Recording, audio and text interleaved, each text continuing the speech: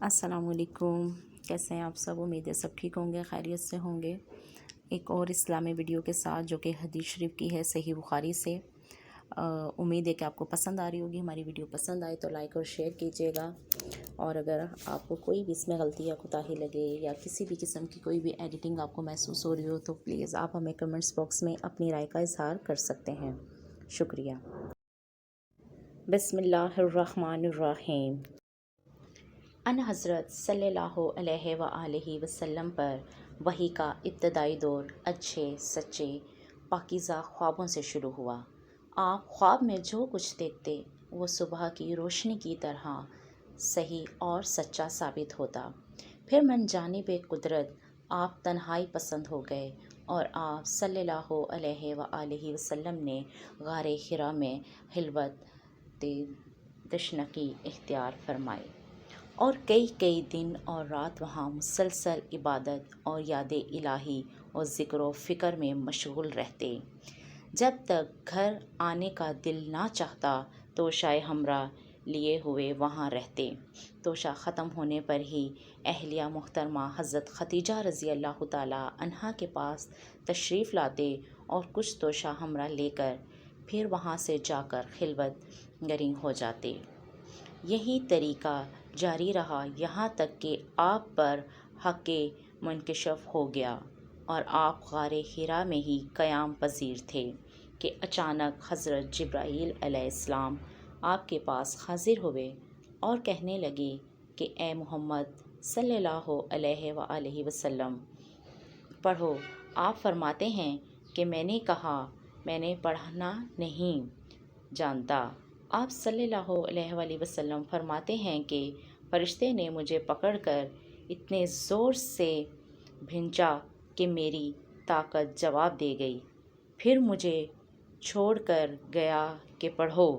میں نے پھر وہی جواب دیا کہ میں پڑھا ہوا نہیں ہوں۔ اس فرشتے نے مجھ کو نہایت ہی زور سے بھینچا کہ مجھ کو سخت تکلیف محسوس ہوئی۔ پھر اس نے کہا کہ پڑھ۔ میں نے کہا کہ میں پڑھا ہوا نہیں ہوں۔ فرشتے نے تیسری بار مجھ کو پکڑا اور تیسری مرتبہ پھر مجھ کو بھینچا اور پھر مجھے چھوڑ دیا، اور کہنے لگا کہ پڑھو اپنے رب کے نام کی مدد سے جس نے پیدا کیا اور انسان کو خون کی پھٹکی سے بنایا۔ پڑھو، اور آپ کا رب بہت ہی مہربانیاں کرنے والا ہے۔ بس یہی آیتیں کچھ حضرت جبرائیل علیہ السلام سے سن کر اس حال میں غار حرا سے واپس ہوئے کہ آپ کا دل اس انوکھے واقعے سے کانپ رہا تھا۔ آپ حضرت ختیجہ کے ہاں تشریف لائے اور فرمایا کہ مجھے کمبل اڑا دو، مجھے کمبل اڑا دو۔ لوگوں نے آپ کو کمبل اڑا دیا۔ جب آپ کا ڈر جاتا رہا تو آپ نے اپنی زوجہ محترمہ حضرت ختیجہ رضی اللہ تعالیٰ عنہا کو تفصیل کے ساتھ یہ واقعہ سنایا اور فرمانے لگے کہ مجھ کو اب اپنی جان کا خوف ہو گیا ہے۔ آپ کی اہلیہ محترمہ حضرت ختیجہ رضی اللہ تعالیٰ عنہا نے آپ کی داڑھ بندھائی اور کہا، آپ کا خیال صحیح نہیں ہے، خدا کی قسم آپ کو اللہ کبھی رسوا نہیں کرے گا۔ آپ تو اخلاق فاضلہ کے مالک ہیں، آپ تو کنیہ پرزور ہیں، بے کسوں کا بوجھ اپنے سر پر رکھ لیتے ہیں، مفلسوں کے لیے آپ کماتے ہیں، مہمان نوازی میں آپ بے مثال ہیں، اور مشکل وقت میں آپ امر حق کا ساتھ دیتے ہیں۔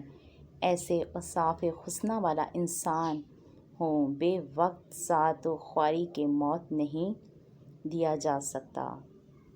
پھر مزید تسلی کے لیے حضرت ختیجہ رضی اللہ تعالیٰ عنہا آپ صلی اللہ علیہ وآلہ وسلم کو ورقہ بن نوفل کے ہاں پاس لے گئیں، جو ان کے چچا زاد بھائی تھے اور زمانہ جاہلیت میں نصرائی مذہب اختیار کر چکے تھے اور عبرانی زبان کے کاتب تھے۔ چنانچہ انجیل کو بھی حسب منتشائے